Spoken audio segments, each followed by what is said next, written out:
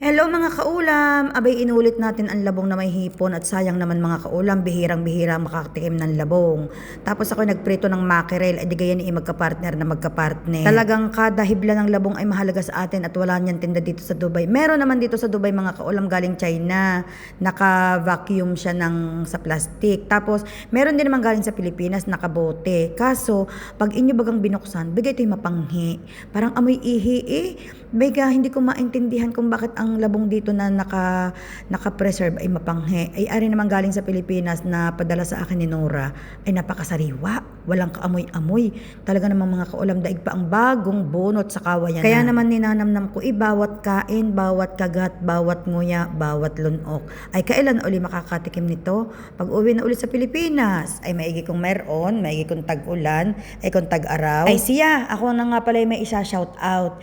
Isa-shout out natin ang ating, hindi ko alam, hindi naman natin siya follower, pero siya ay viewer natin, avid viewer natin siya, na hindi ko alam kung siya ay nasa Amerika o nasa ang lupalop ng mundo. Si Madam Leonor Aranda, shout out sa iyo Madam, dahil salamat sa iyo dahil pati ang amo mong Amerikano ay nanonood sa akin palang mga pagkain sa aking mga vlog. Thank you very much. Appreciated much.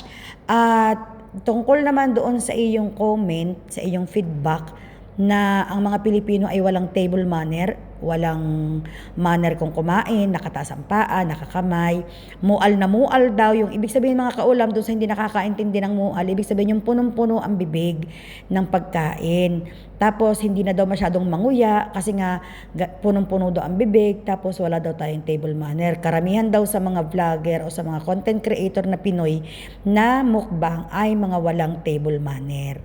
Salamat naman Ma'am Leonor sa iyong feedback dahil talaga namang ang feedback mo ay walang katulad, nag-iisa sa mundong ibabaw. Ay hindi pala nag-iisa, marami pala kayo. Marami pala kayo na mga nakarating sa Amerika na nagkukunwaring mayaman. Marami pala kayong nakarating sa Amerika na nagkukunwaring mga elite at mga untouchable.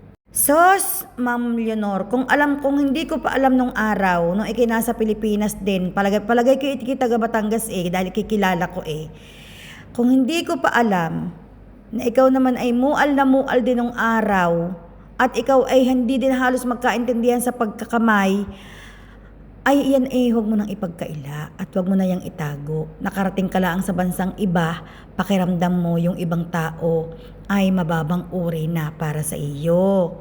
Nung araw na may kinakakamay din at Diyos ko po, Rudy, kay mual na mual din. Wag mo nang wag mo na yang ikaila. At naku po, kilalang kilala ng aking mga kaibigan din sa Batangas. Ang pamilya mo na may hindi rin toong kayamanan, wag nang at talagang naipagtanong na kita. Ay hindi ka naman hindi ka naman toong gayong Diyos ko po, amang pumorne ka sa Dubai at makikita mo din ang lahat ng lahi halos ng mga taga dini, mga taga India, Sri Lanka, Pakistan.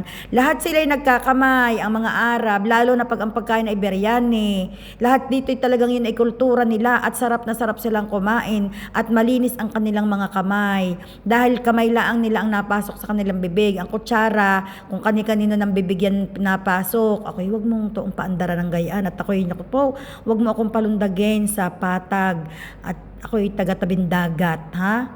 Isa pa ang pinaka-importante sa lahat, Madam, kung ikaw ay tuong narurume at naririmarem sa pinapanood mo, aba naku po, Diyos ko po, Rude, ay palitin ang channel. Ay digay may channel 13 naman, ay kung ayaw mo sa channel 2, kung ayaw mo sa channel 7, ay may channel 13 naman, may channel 9 pa nga. Huwag nang magtiyaga at baka kaya lang ikay mai-stress, ay katanda mo na kakaunti na ang natitira sa iyo. Magpakabait na. Tsaka huwag masyadong ma-stress sa mga napapanood. Kung nai-stress. At tsaka yung iyong among Amerikano, ay sabihin may pumarni sa Dubai at siya ililibre ko sa sa Arabic restaurant. Lahat doon nakakamay. Ililibre ko siya. Diyos ko po, ipapasyal ko pa siya. Pakakainin ko siya doon sa Zamzam. Pag hindi, siya ikot sa sarap. Hindi lang yung iyong Amerikano na iintindihan na Diyos ko po, ikisambban-samban sa mga Amerikano. Ako po, Rude, aring sa Aling Leonor. Ako ito ang rurumihin. Yung mga Amerikano, yung hindi nakakatikim ng pagkain na kagaya ng kinakain namin din sa Dubai. At ang mga yan may wala din man pambili masyado. Ako'y wag nyo ng ano, at ako'y tumira sa bansang puti. Alam ko kung ano lamang ang kaya din nilang bilhin. Sila'y tipid na tipid din. Eh dito kami sa Dubai mga kaulam, kami hindi dito nagtitipid sa pagkain. Dito kung ano aming gustong kainin, aming kinakain. Kaya nga kami nagtatrabaho dahil dito sa Dubai, mura ang pagkain. Afford na afford ng mga kababayan natin dito ang pagkain. Ay sa ibang bansang mga ay di ay tipid na tipid sa pagkain at yan bukod sa may tax na isobra pang mahal sa kanila. Dito kayo pumunta Leonor sa Dubai, matitikman mong lahat dito ang inyong hinahanap na sa napakamurang halaga at higit sa lahat sariwang-sariwa pa. At saka dito ikuwan, dito lahat ng restaurant dito ikuwan, inspected match talaga. Dito'y napakahigpit sa cleanliness. Kaya lamang talaga ay dito nakakamay ang mga nakain dahil kultura nila yan eh. Tsaka dito sa Dubai, walang maarte na kagaya ni Leonor, wala. Bye-bye.